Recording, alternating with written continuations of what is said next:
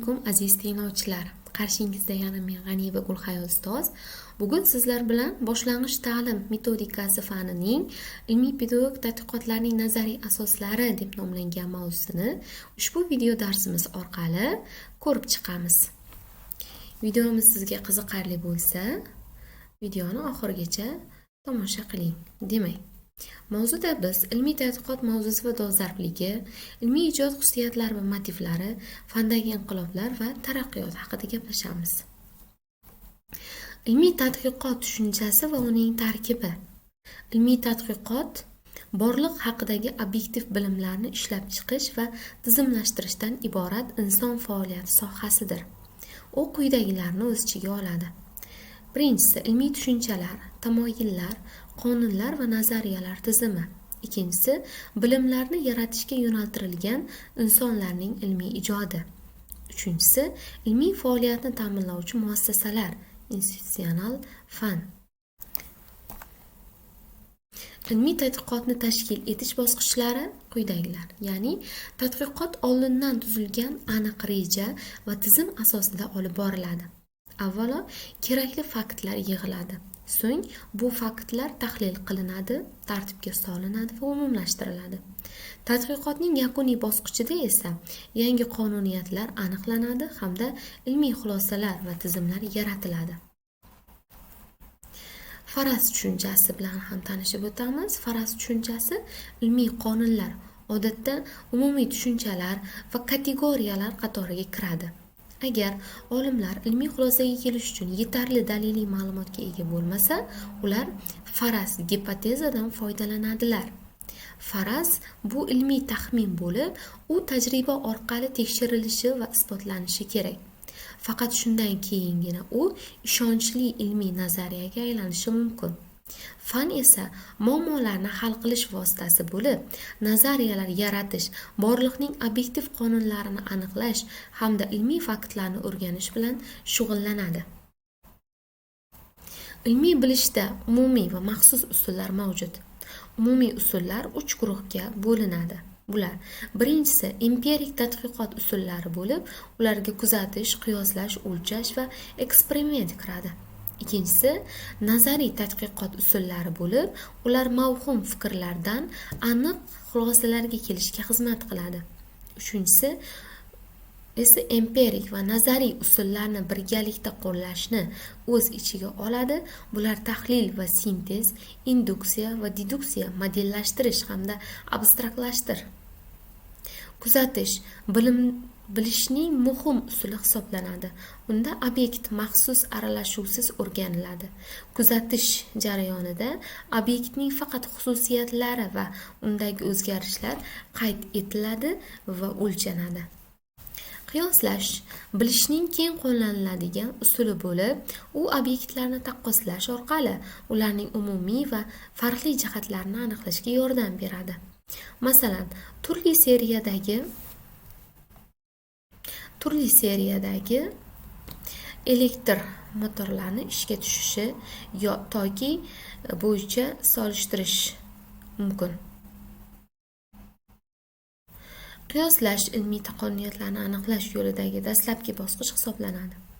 Qiyoslash samarali bo'lishi uchun o'zaro umumiy jihatga ega bo'lgan obyektlar va muhim belgilar asosida taqqoslash lozim. O'lchash esa bilishning aniq usuli bo'lib, obyektlar haqidagi ma'lumotlarni yuqori aniqlikda olish imkonini beradi. Empirik ilmiy bilishda kuzatish, qiyoslash va o'lchash bilan bir qatorda eksperiment ham muhim o'rin tutadi. Eksperimentda obyekt yoki uning mavjud sharoiti ataylab o'zgartirilib o'rganiladi. Masalan, qishloq xo'jaligi mahsulotlarini quritishda harorat, namlik va tezlik o'zgartirilib, jarayon tahlil qilinadi. Sintez tahlildan farqli ravishda tadqiqot obyektini uning qismlari, birligi va o'zaro bog'liqligida, ya'ni yaxlit holda o'rganishni anglatadi. Masalan, mahsulotlarni quritish jarayonida harorat, namlik va tezlik omillari alohida tahlil qilinib, keyin ularning umumiy ta'siri haqida xulosa chiqariladi. Tahlildan so'ng sintez amalga oshiriladi va gipotezalar shakllantiriladi. Tahlil va sintez o'zaro bog'liq bo'lib, ilmiy tadqiqotda bir-birini to'ldiradi. Ular tadqiqot maqsadi va obyekt xususiyatiga qarab turli shakllarda qo'llaniladi. Empirik tahlil va sintez obyekt bilan dastlabki tanishuvda qo'llanadi. Bunda qismlar ajratiladi, xususiyatlar aniqlanadi va oddiy o'lchashni bajariladi. Biroq bu usul obyektning mohiyatini to'liq ochib bera olmaydi. Tadqiqot obyektining mohiyatini chuqur o'rganishda gumanitar, nazariy hamda tuzilmaviy genetik tahlili va sintez usullari qo'llaniladi. Bu usullar obyekt mohiyatiga kuchli ta'sir qiluvchi eng muhim unsurlarni ajratib ko'rsatishga yordam beradi. Deduksiya va induksiya esa mantiqiy xulosa chiqarishga xizmat qiluvchi bilish usullaridir. Deduksiya umumiy fikrdan xususiy xulosaga kelishga asoslanadi. Masalan, ayrim metallar issiqda kengayishi aniqlanib, bundan barcha metallar issiqda kengayadi degan umumiy xulosa chiqariladi. Bu usul matematika va mexanikada keng qo'llaniladi. Deduksiyaga qarama-qarshi induksiya usuli hisoblanadi. Bu ikki usul tahlil va sintez kabi bir-birini to'ldiradi va ilmiy tadqiqotda birgalikda qo'llaniladi. Shuningdek, empirik va nazariy tadqiqotlarda abstraktlashtirish usuli ham keng ishlatiladi.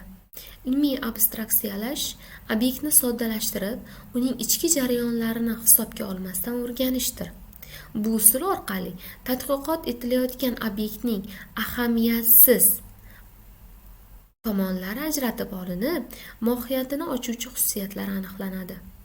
Demak, shuning bilan bugun ko'rib chiqmoqchi bo'lgan qisqacha ma'lumotlarimiz shundan iborat edi. Videomiz foydali bo'lgan bo'lsa, keyingi darslarimizda ham bizni kuzatishda davom eting. Biz sizga ushbu darsimiz orqali quyidagi nazorat savollari bilan darsimizni yakunlaymiz. Demak, ilmiy tadqiqot tushunchasi tarkibiga kiruvchi 3 ta asosiy yo'nalishni sanab bering. Tadqiqotning yakuniy bosqichida qanday natijalarga erishiladi? Ilmiy nazariyalarning poydevori hisoblangan boshlang'ich elementlar nima deb ataladi? Ilmiy qonunlar tabiat va jamiyatdagi qanday bog'lanishlarni ifodalaydi? Faraz, gipoteza va ishonchli nazariya o'rtasidagi asosiy farq nimada?